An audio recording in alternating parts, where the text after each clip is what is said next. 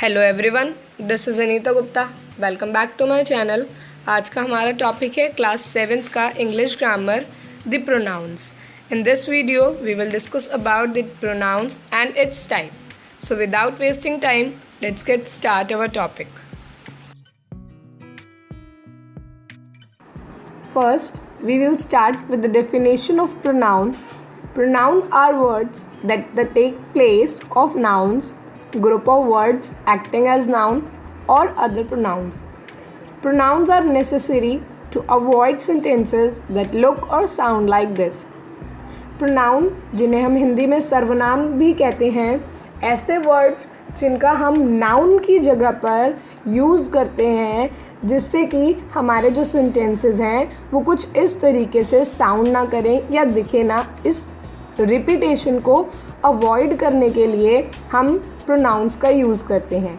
जैसे कि एग्जांपल देखिए, Walt Whitman went to school until Walt Whitman was 11.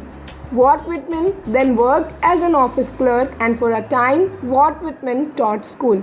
Here the Walt Whitman is the noun, but आप देख रहे हैं कि एग्जाम्पल में ही बार बार वॉट विटमैन आ रहा है, जिससे कि हमारा सेंटेंस बहुत ही ऑकवर्ड साउंड कर रहा है। सो बार बार हम इस रिपीटेशन को अवॉइड करने के लिए प्रोनाउन यूज़ करते हैं। And here we will talk about a male, so we use he.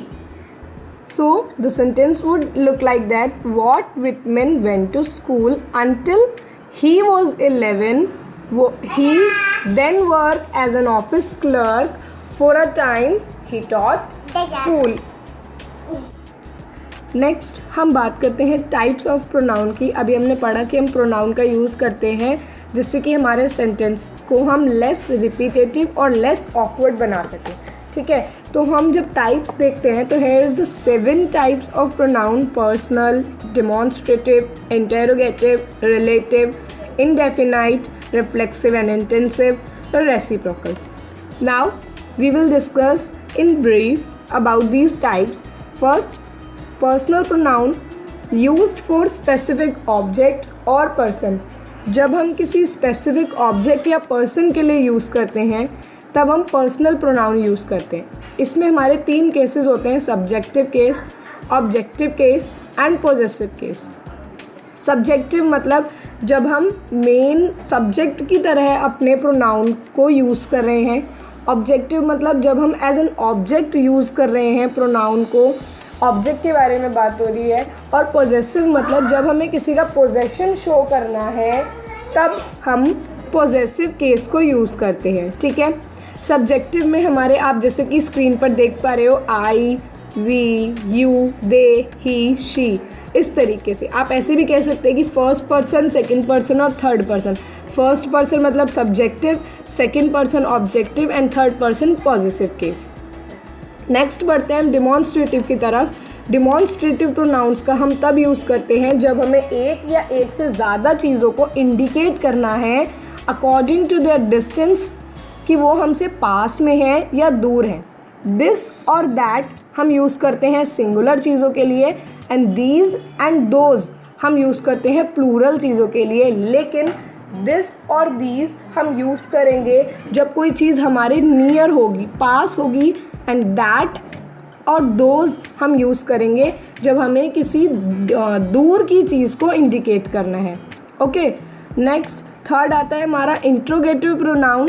Interrogative pronoun हम यूज़ करते हैं जब हमें किसी पर्सन या ऑब्जेक्ट से रिलेटेड क्वेश्चन पूछना है, जैसे कि who, whom, which, what, whoever, whichever.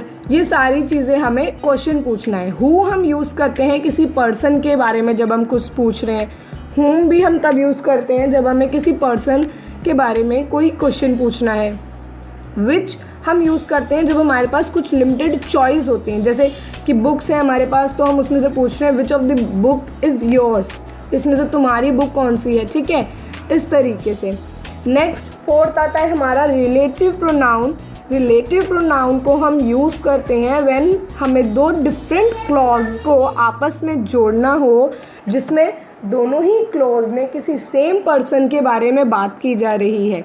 ठीक है, और उन दोनों को आपस में जोड़ने के लिए जब हम क्लॉज प्रोनाउंस को यूज़ करते हैं तो हमारे वो होते हैं रिलेटिव प्रोनाउन, जैसे who, whom, whose, which, that। अब इंट्रोगेटिव में और रिलेटिव प्रोनाउन में बहुत कंफ्यूजन होती है, तो इस बात का हमें ध्यान रखना है कि जब हम क्वेश्चन पूछ रहे हैं तब हमारे इंट्रोगेटिव प्रोनाउंस होते हैं, और जब हम दो डिफरेंट क्लॉज को आपस में एक दूसरे से रिलेट कर रहे हैं, जो एक दूसरे से ऑलरेडी रेफ़र कर रहे हैं, नाउन उनमें सेम है, तो जब हम उन दोनों को रिलेट कर रहे हैं तो वो हमारे रिलेटिव प्रोनाउन होंगे। आई होप ये क्लियर हो गया होगा। नेक्स्ट हम चलते हैं इनडेफिनाइट प्रोनाउंस में। इनडेफिनाइट प्रोनाउंस हम यूज़ करते हैं जब हम किसी अनस्पेसिफाइड ऑब्जेक्ट या पीपल की तरफ इशारा कर रहे हों। अब वो सिंगुलर भी हो सकता है, प्लूरल भी हो सकता है।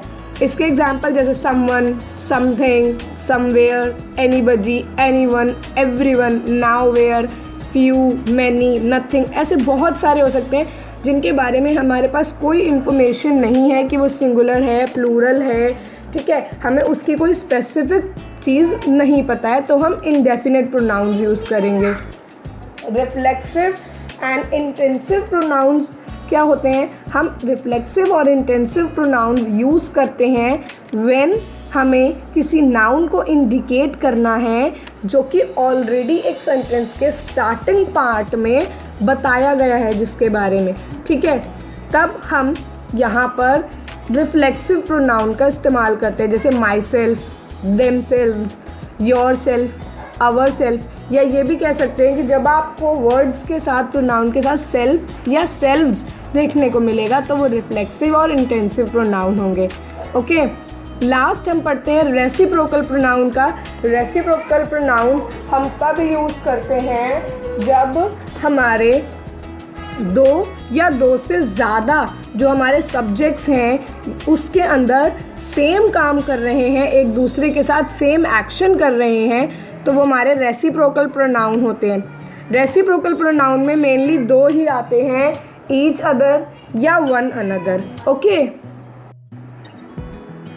ये दो हमारे रेसिप्रोकल प्रोनाउंस होते हैं। सो आई होप आप सबको समझ में आ गया होगा। आपको ये जो चार्ट दिख रहा है कि कौन से प्रोनाउन में कौन से वर्ड्स यूज़ किए जाते हैं, ठीक है। That's all for today. इस टॉपिक से रिलेटेड वर्कशीट आपको साइट पर अवेलेबल हो जाएगी, and I request you to all कि आप अपनी वर्कशीट्स को टाइम पर कंप्लीट कीजिए। आई होप आज का टॉपिक समझ में आया होगा। मिलते हैं अपने नए वीडियो में एक नए टॉपिक के साथ। Till then, have a good day. Thank you.